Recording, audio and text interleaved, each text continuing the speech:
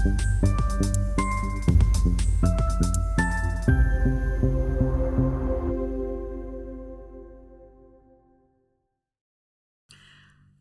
to Wrexham News. I'm Carrie Harper.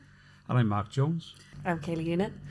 And today we're going to be talking about AI. And I'll say from the off, I'm going to happily admit that this is still something that I'm trying to get my head around. But Kayleigh, I know it's something you've got a keen interest in. But I suppose the starting point, and probably for a lot of other people as well, is when we're talking about AI, what exactly are we talking about? Maybe could you give us some examples? A lot of the conversations that we have now, when people say AI, are usually referring to generative. But yeah. We've had... What does generative... Tell people what's the difference, because I've struggled with this. You've probably used assistive AI a lot. That's your predictive text to speech, speech to text. Anything that's been made to make phones, technology more accessible to people.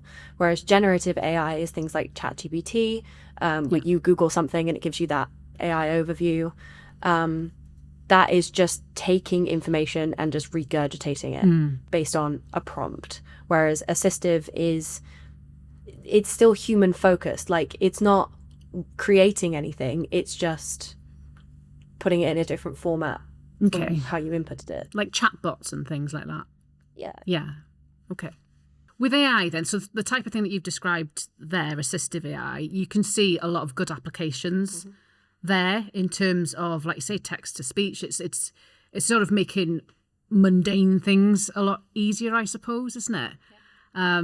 So some of the applications for that type of technology would be things like, I'm just thinking NHS, for instance. So you hear that there's lots of potential with AI for diagnostics, looking at scans and faster diagnostics and more accurate as well. So there's plenty of good potential in there. But then when you were talking about the generative AI, this is where it gets a little bit more difficult generally, isn't it? Do you think? Yeah. Because it's also just really damaging to the arts. Yeah. It's completely removing people's creativity and their critical thinking skills. Because if you've got a computer doing everything for you, yeah, okay, it makes your life easier and you can go about doing other things. But if you're not thinking for yourself, it's not really going to be good in the long run. There's copyright issues and all sorts of issues get raised, isn't there, in terms of creative industries and the impact of AI then. And there's very little regulation at the moment either, is there? It seems like we're just behind the curve. Things seem to be speeding ahead and we're just not responding quickly enough. Yeah. Well, I did my master's in 2020 and that was the first AI essay I wrote. And the difference is insane. Some of the things that we were talking about. You wrote an essay on AI rather than AI wrote your... Yeah, no, I wrote the essay. Just checking, yeah. But it's crazy to think the things that we were predicting would happen in 10, 20 years have already been and gone. Yeah. We've moved on from that. The speed at which it's happening is... We can't There's can't put it back in the box, can you? Yeah. And it feels it's very insidious, the whole process. And lots of people talk about AI. People like me have got no real concept of what it's going to mean, I think. And I think the arts element is very important. Journalism, something I do know about. Journalism has just been stripped out completely into some kind of clickbait nightmare. Yeah. And slop has been used a lot. But in terms of things like manufacturing, in theory, we could get rid of a lot of the drudgery in work. There's a lot of mundane, repetitive work things to do, and AI could potentially, or robotics or whatever you might call it, could get rid of some of this. So I'm not putting the counter argument, but for me, it's all about who controls AI and who controls... How it's regulated, I think, is key. Because if you're in control of it, it could mean halving your working day. Mm-hmm. That's a good thing. But if it's being used to replace you with some kind of AI thing, that doesn't sound so good, does it? No. Well, we already use things that automate our lives completely seamlessly. If you put your calendar into certain apps, it will rearrange everything into the most effective plan for the day based on I wake up at this time of day and my energy hits at this time. And so like things like that really improve the workday, but people don't really see it as AI because it's assistive AI. When we have these conversations, it is all generative slop. But I mean, going back to manufacturing, I mean, you're talking about millions of jobs potentially. And I think this is where the politics comes into it, because if you've not really got a grasp on how fast things are changing, how do you respond to that in terms of making sure there's opportunities for people to be retrained? Yeah. You think of, the workforce, there's issues in terms of even surveillance and things like that, workers' rights as this enters that sort of arena. So for me, one of the biggest issues that keeps coming up is the lack of regulation, I think, in terms of this, it's going to keep coming up until we get a grip on it. And you see it, every aspect that you look at, that seems to be the red flag every time. I suppose there's so many things we could talk about with this, but as great as it is, as valuable as it is, it uses massive amounts of energy, massive amounts of water. So there's definitely an environmental impact from some of these data centres, and that's relevant for us in North Wales with Ynys Môn, Gwynedd being looked at as new centres for AI, and there's potentially thousands of jobs and millions, hundreds of millions in investment that comes with that. But there's got to be safeguards, because you hear some horror stories about depletion of water levels, and there's issues with some of the chemicals that they use to cool some of these systems and things as well, and that getting into the local environment. So there's the environmental issue, and then probably one thing people would be even more familiar with at the moment is the issues around deep fakes and sexualized imagery. There was the controversy with Grok, wasn't there? Which is pretty horrific, just stripping women down, basically. And then the initial reaction from Musk to that was, he wouldn't have done anything at all had there not been pressure. But even then, he may have restricted some of that use on X. But if you go to the Grok website, apparently you can still do all that. Grok had issues even before that, because it's trained based on whatever Musk wanted to feed into it, which was what came from Twitter or X. And so originally you had Grok like churning out all of this racist, bigoted things. Yeah. And there was no fact checking. There was no, because Twitter, when it was Twitter, used to have a fact check system. And then now it's Grok checks it. And if Grok thinks it's fine, then it's fine. And then they sort of like overcorrected a little bit. And it just turned into basically Grok bullying racists for a little bit. which was kind of I missed that. I'm sorry I missed that bit. But it didn't really last, because now we've got can you put her in a bikini for me? There was a New York Times article that said Grok had produced something like 300 million sexualized images within a week. Wow.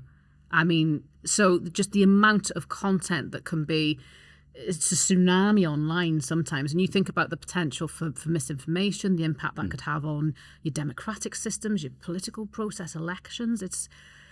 It's really scary when you just start to think, and we're already seeing a lot of this as well, aren't we? It's also no longer personal. I mean, not that it was okay when it was, but with deepfakes and things, it used to be, I've got some sort of beef, whether or not it's justified in reality. And then they would create the deepfake. Now it's, I've come across a woman on my timeline. I'm going to ruin her day. There's no, because with assistive, everything you put into that is your own work. That can be copyrighted. Yeah. But with generative, you're just writing a prompt. It's everybody else's work that has ever been inputted into whatever AI system you're using. Whether they agree or not. That's another issue, isn't it, in terms of creatives? Going in. So, like, not to dob them in, but a family member of mine used a 28-week scan to make a Christmas card. And it's a real baby in the photo, but that kid's like image rights have been used before it was even born. Wow. And now anytime you generate a similar image of put a baby in a stocking for a Christmas photo, that kid's face is going to be used. And people don't realise that they're giving their data away either, do they? That there's no real protections. And that's generally true of social media. People think, oh, it's free, it's great, but you're the product, aren't you? Yeah. And that sounds quite creepy. Yeah. That babies are being. I put my face online all the time, but it's in a controlled. In a certain sense of like, I still own the copyright to all my videos. Like, I've had things archived with the BFI recently, but I still own all of those things. If I were to put them into ChatGPT, they're no longer mine. The AI can do whatever they want with them. Really? So it's scary. Yeah. I mean, in terms of the creative thing as well, the thing that bothers me is it's data scraped everything that's ever existed to get to answer your questions now. But if there's nobody doing the original research going forward, what does it data scrape? It data scrapes itself effectively. Yeah. Is that right? So you'd see a reduction in quality across the board. We're already seeing it. Yeah. We're already, especially in journalism, we're already seeing AI articles like being churned out, and there's been people calling out. It's like, well, this is my writing style. What are you doing? I didn't write this. It's not got my name on it, sure, but like, I think people could recognize it as something I could potentially write.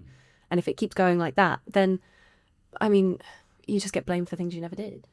Yeah, there's so many implications. I mean, just personal experience. My son finished his degree last year and he'd spent about 3 months on his dissertation and he got the marks back. I think he was literally a couple of marks off a first as well. And he ran the feedback through an AI checker and it was 80% AI. The feedback on his dissertation. He complained and got a lot of apologies back and the feedback was redone. But you think, wow, so, you know, there's so many issues with this, but you know how students are told, you know, you can't rely on AI to do your work. But actually, there's one instance I'm 100% sure of where you know a tutor has used AI to actually mark a dissertation. That's so wrong. I know, isn't it? But it's happening. You know, it's even the places where you think it wouldn't be prevalent. It is. It's in so many aspects. Which is interesting because if a student did that and it was 80%. You wouldn't graduate. Absolutely, yeah. Like, and like going back to like art and things, I see a lot of arguments online being like, well, what if a hypothetical disabled person I've made up just to make my point wanted to do art, but they can't? There's people who paint with their mouths, with their feet, with the crook of their elbow. There's so many ways that you can be creative. You just have to learn the craft. You have a book idea, fine, learn the craft, write the book. Don't get AI to write the book. There's AI generated book covers and entire books that are coming out that is just AI slop. And the only way to tell is like slight quirks in formatting. AI is getting really good with videos of they no longer have like 6 fingers. But if you were to slow down the frame, that's where you really catch them out. And a lot of people wouldn't know to do that. But like with Instagram compression, everybody when they post their photos on Instagram goes, oh, why do they look terrible? It's because Instagram compresses it for the app. So if you see a video that's really, really good quality and it's a little bit of a questionable topic. But the thing is, it should be labelled as AI, shouldn't it? That should be mandatory. Again, we're back to regulation. So if people, you know, it's out there, but you should be able to easily identify that is an AI product, whether it's a video, text or whatever. Because otherwise, you know, just serious misinformation. People will believe a video that they see that's AI generated. It's dangerous, isn't it? Without that label to say this is. But all of these apps are owned by different companies with different motives, different profit margins. So you need international standards, actually, really, don't you, to yeah.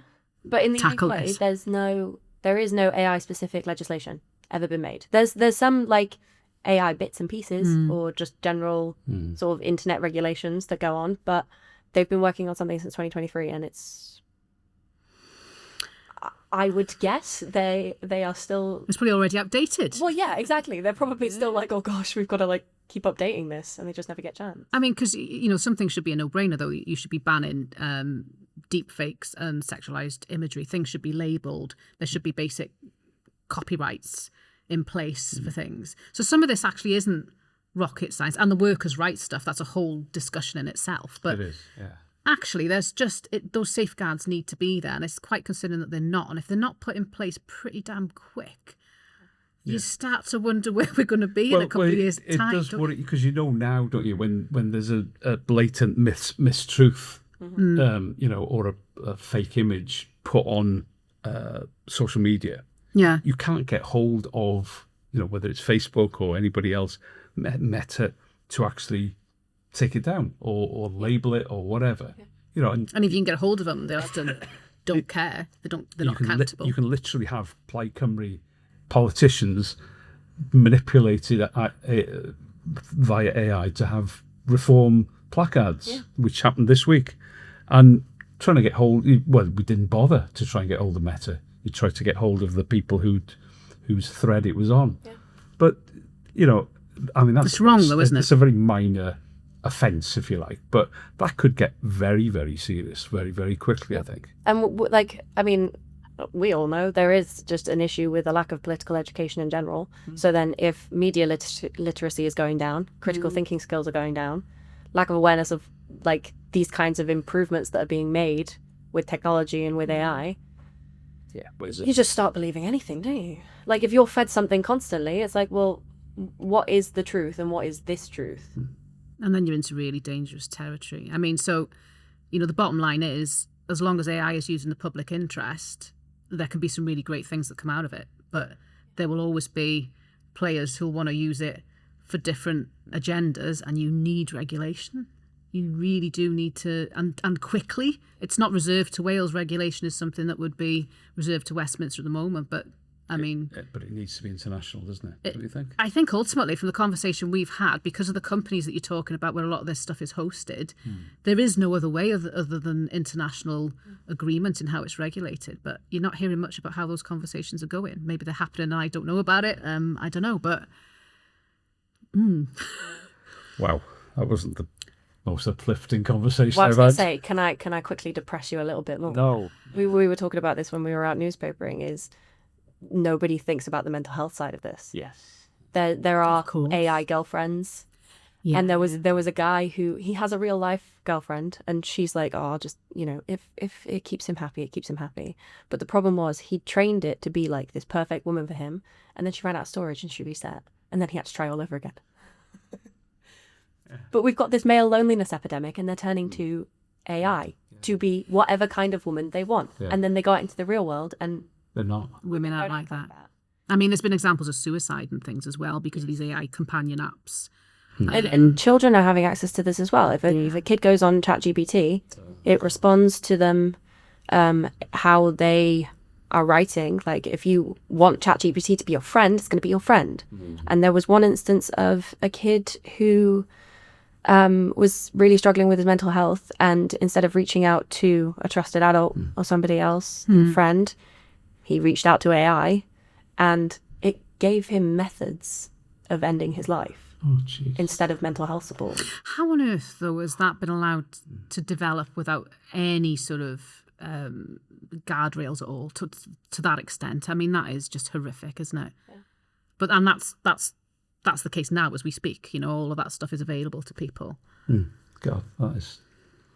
So I mean, yeah, we can regulate apps to a certain extent, but if we're not taking care of people. Offline, yeah, of course, as well, then it won't get any better. No. I think on that very depressing note, unfortunately, but I mean, it's where the conversation's just naturally gone, isn't it? There's some great things that could come from this, but there's some real dangers that we need to be really mindful of. Okay. God, I am depressed. That wasn't the most uplifting, was it? But it was important, actually. Yeah. It kind of needs to be... Yeah.